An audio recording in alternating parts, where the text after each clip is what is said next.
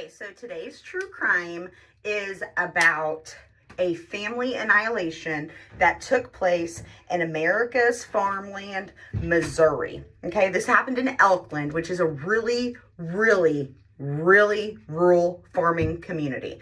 And mind you, the story takes place in 1987, okay?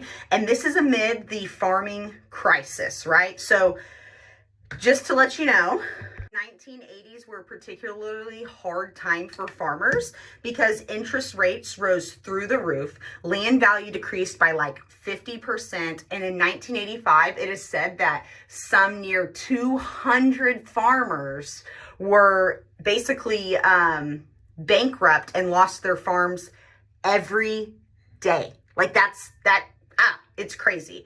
So we're going to focus on the Schmick family and the Buckner family. The Buckner family consists of Steve Buckner. He's about 35, his wife Jan, who's 36, and together they have 4 kids. They got 14-year-old Kirk, 8-year-old, is it Dennis, 6-year-old Tommy, and 2-year-old Michael. Now, the Buckners run a dairy farm that's hitting really hard times due to the farming economic crisis. To put it in perspective, in 1987, they were 2 years behind on their mortgage. Now, the other family we're focusing on is the Schmick family.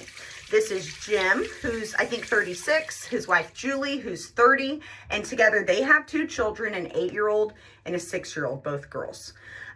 So Julie Schmick is actually Steve Buckner's sister. So that would mean, Jim and Steve are brother-in-laws. Julie is sister-in-laws with Jan, and then the kids are cousins. Okay, now that we're set up, let's dive in to the crime. So it's September 25th of 1987 when Jim Schnick calls 911 at 6:30 in the morning. There has been an intruder in his home and he's been shot and he needs immediate assistance. So by the time police and ambulance and everything gets there, Jim is pretty incoherent. He has suffered a stab wound to his stomach and a gunshot wound to his leg. Near Jim's body is his 14-year-old nephew, Kirk, who suffered multiple gun wounds, multiple stab wounds, and in his right hand, he is deceased on the floor in the hallway with a gun. Okay? Police get Jim air flighted for help, and they decide to canvass the rest of his house, obviously. They find Jim's wife, Julie, shot in the head, lying asleep in her bed. So she too is dead. However, when they get to the kids' room, the 6 and 8-year-old daughters, they are both alive and well. So with Jim incoherent and on his way to the hospital, Kirk Buckner dead, and then the 2 little girls obviously have no idea what happened. The police are like, okay, let's tape off the area and we need to go speak to the Buckner family and let them know what's happened. Now, this is a really small town. There's only like 200 people. So everybody knows everybody. They're aware that, the Schmick and the Buckners are in-laws. So they go to the Buckner family. It's only 5 miles away. Okay, there's even a gravel road that connects the properties. They go to this dilapidated farmhouse because remember, the Buckners were really poor and struggling. And when they knock on the door, it's silent. It is silent at this house. And it just didn't seem right. Police just knew something was wrong. So they decide to go ahead and go inside the house. And when they go inside the Buckner's family farmhouse, it's really small, very small. All the younger boys would sleep in the front room, okay?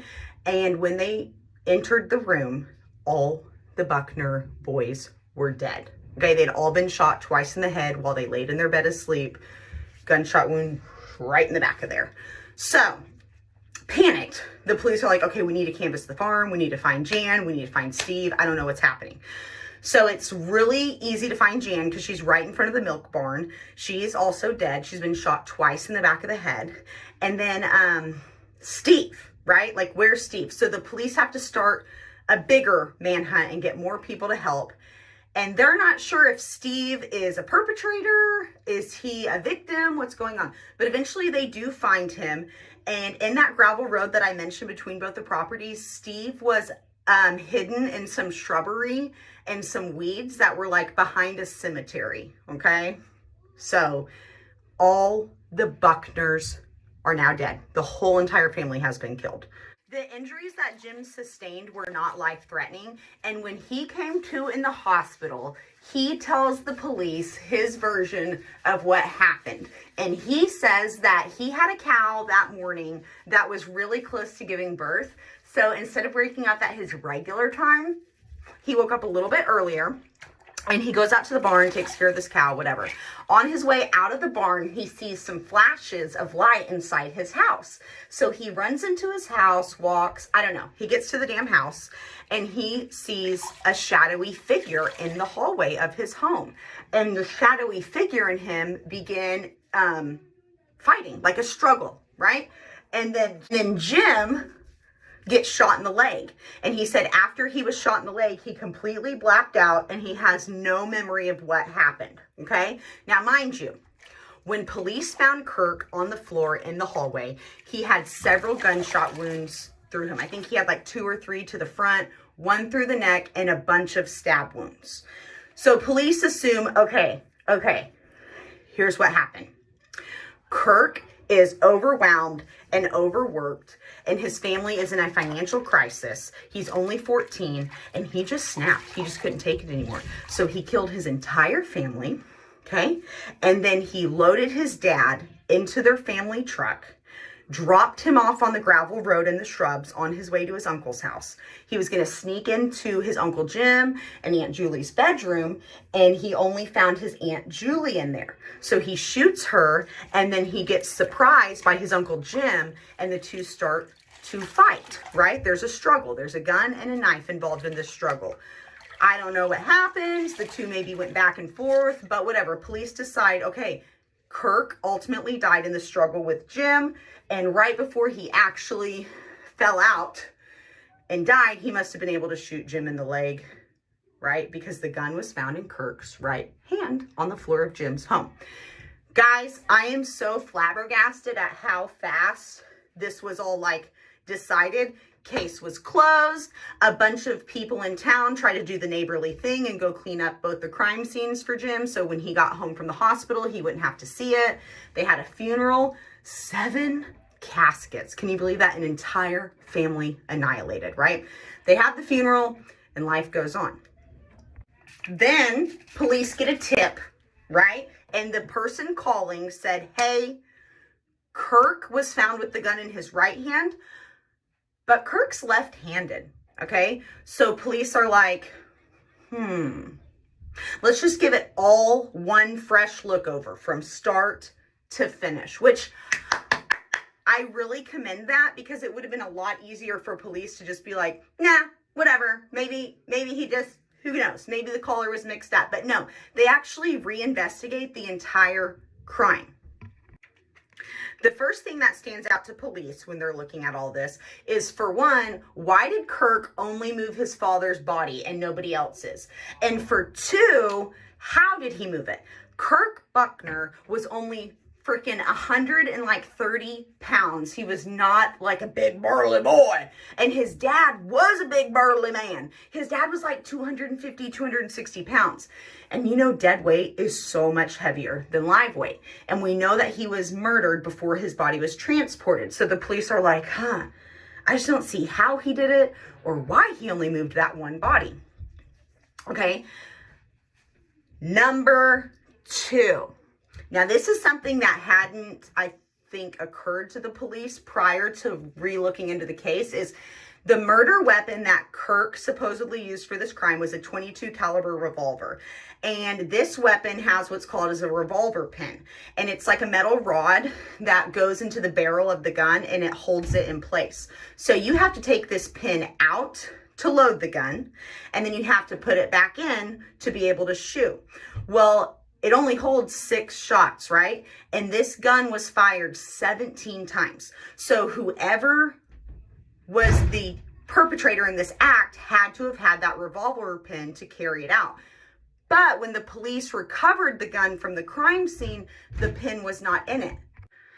And of course, police can't just go back and look for this pin like at the crime scenes because they closed the case and Good Samaritans already came and cleaned it up. I think the hope was like, oh, well, maybe the revolving pin was stuck between like the flooring and the baseboard or, something plausible. However, they don't find it. So they can't. Police are like, okay, great. We've got to do an official autopsy on Kirk. It's confusing. I don't know if they just didn't do a formal autopsy or not, but I think what they did was they just made the assumption that the gunshot wound Kirk sustained through his throat is what actually killed him. However, which he would have sustained during the scuffle with his uncle. However, the gunshot wound that actually killed Kirk after they did the actual autopsy was through his back. It was through his back, okay? And he sustained and died from that one gunshot wound before he received any of the other gunshot and stab wounds, right? Meaning those were post-mortem. Why would somebody shoot him post-mortem?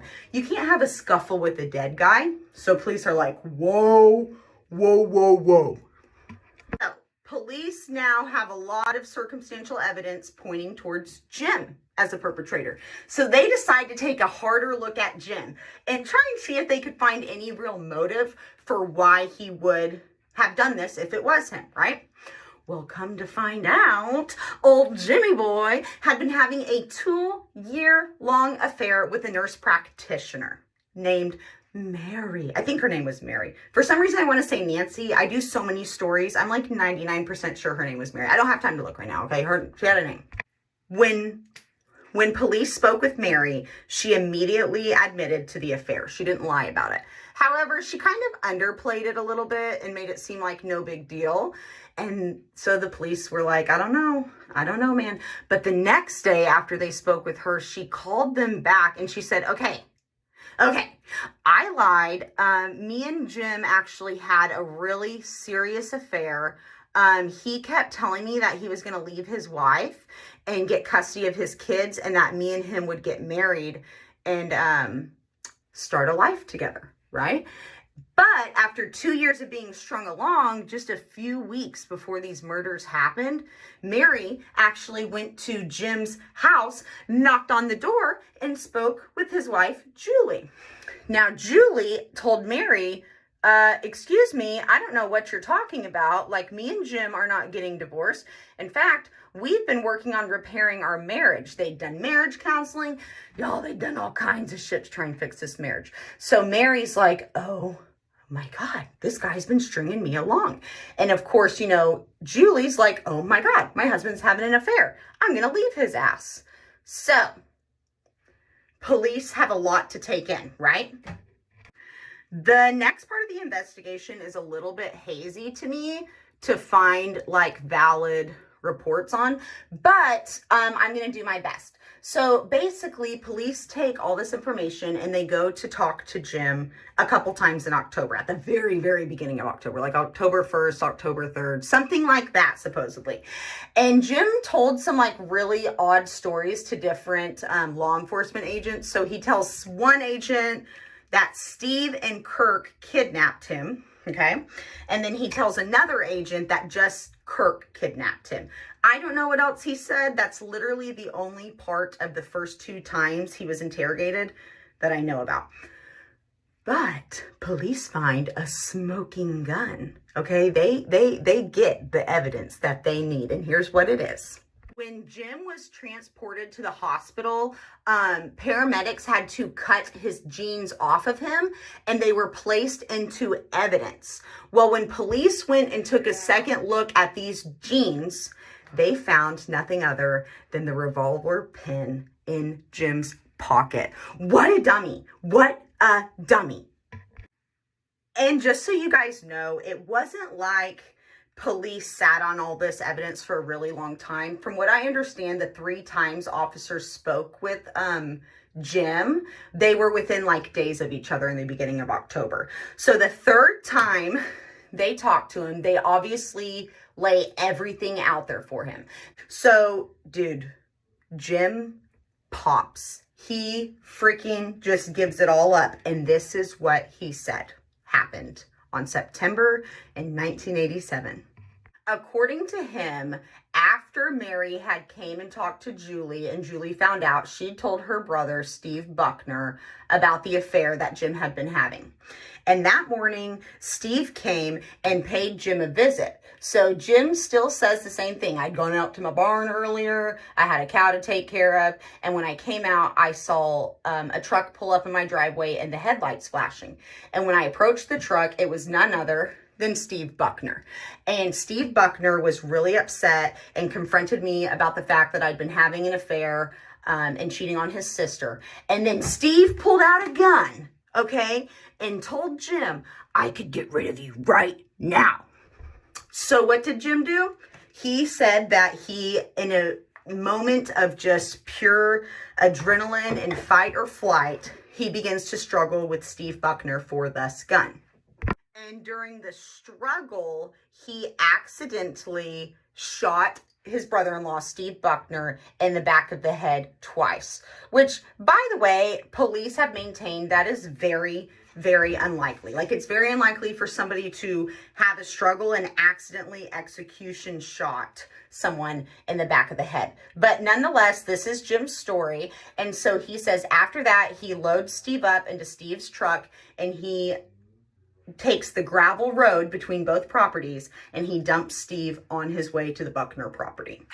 Once he got to the Buckner property, he said he had to kill Steve's wife, Jan, because she would have been the only person awake and that would have known that Steve came to Jim's and Jim was likely the one who murdered him. So he only wanted to kill Jan, supposedly as a means of covering up what he did to Steve. But after he shot Jan, Kirk either saw it, heard it, came out, I don't know. See, Kirk Buckner slept in the family's RV, which was a really small RV. It was like the type of travel trailer that goes on the back of a truck bed. And so he likely heard the struggle or the gunshots or whatever. So when he came out and saw his uncle claims that Kirk was running up to him and the two began fighting. But in reality, we know that Kirk's gunshot wound was sustained to the back and that he likely was running away from his uncle when he saw or heard him shoot his mom. So for whatever reason, dude, Jim just decided, you know what? I decided to kill all of them, which is breaks my heart. It's so cruel. It's so heinous. And so he walked into the Buckner family home and he execution shoots all of the boys sleeping in their beds in the back of the head twice, even the 2-year-old little boy. This is cruel. From there, he goes and checks on Kirk, and Kirk is supposedly still alive. I don't believe that, but that's what Jim says. He said Kirk was alive, so he loads Kirk up in the Buckner truck, and they go back to Jim's house. And Jim said that he picked Kirk up and placed him over his shoulder, and he was carrying him inside his house to wake up Julie so that he could get her to help him because he was panicked and he didn't know what to do. And it just so happened that once he got into his bedroom where Julie was sleeping, he went to readjust Kirk and he accidentally shoots his wife in the back of the head while she's asleep. Lovely. Wow. So he has now had 3 accidental shootings all in a matter of like an hour. Unlikely, but whatever. He said then he totally panicked. He totally panicked. And he laid Steve's son, Kirk, out on the hallway floor. And he shot him a couple times to the chest and neck.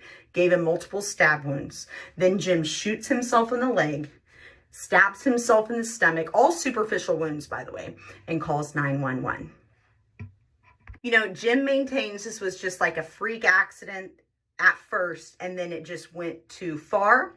And he actually goes to court, and he's charged with 3 counts of first-degree murder, to which he is found guilty and given the death penalty.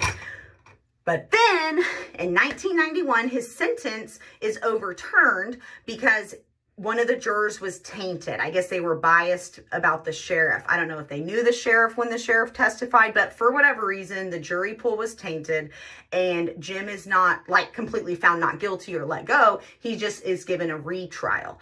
And instead of actually going to court a second time, which Jim thought about, he was going to try and do like an insanity bullshit defense. Instead, he just went ahead and took a plea bargain, and basically he just ended up going to prison for life without parole instead of given the death penalty. So he still sits in the Missouri State Penitentiary. When doing an interview later that showed on a television show, I think it's called like the 80s Deadliest Murders. I don't know, there's an episode about it in there. Jim does an interview, and he basically maintains that he doesn't have a real memory of what happened, and he just doesn't see himself doing that stuff. But I mean, he's just whatever, he's in denial. So the whole thing is really tragic. And to think that you would kill not only your wife, but an entire family that's already struggling, and just like, oh my God. I mean, this family, guys, the Buckners were described to be amazing people. They were what everyone referred to as salt of the earth people. They were good. They were godly. They were kind. In fact, the community was shocked that anyone could even think Kirk had done this, because he was such a sweet and loving and kind boy. Tragic. I'm just very glad that his name got cleared. So anyway, guys, if you want more details, they are always more details in my actual podcast that I do, Storytime Slayer. You can find it on Apple, Spotify, iHeartRadio, I don't know, anywhere you can do Apple, or put that. Anywhere you can listen to podcasts, I'm there. Check it out. I also have a Facebook called Storytime Slayer, and an Instagram, story_time_slayer. I'm doing a really awesome giveaway right now, so go check it out. Anyway, guys, have a good week. Bye.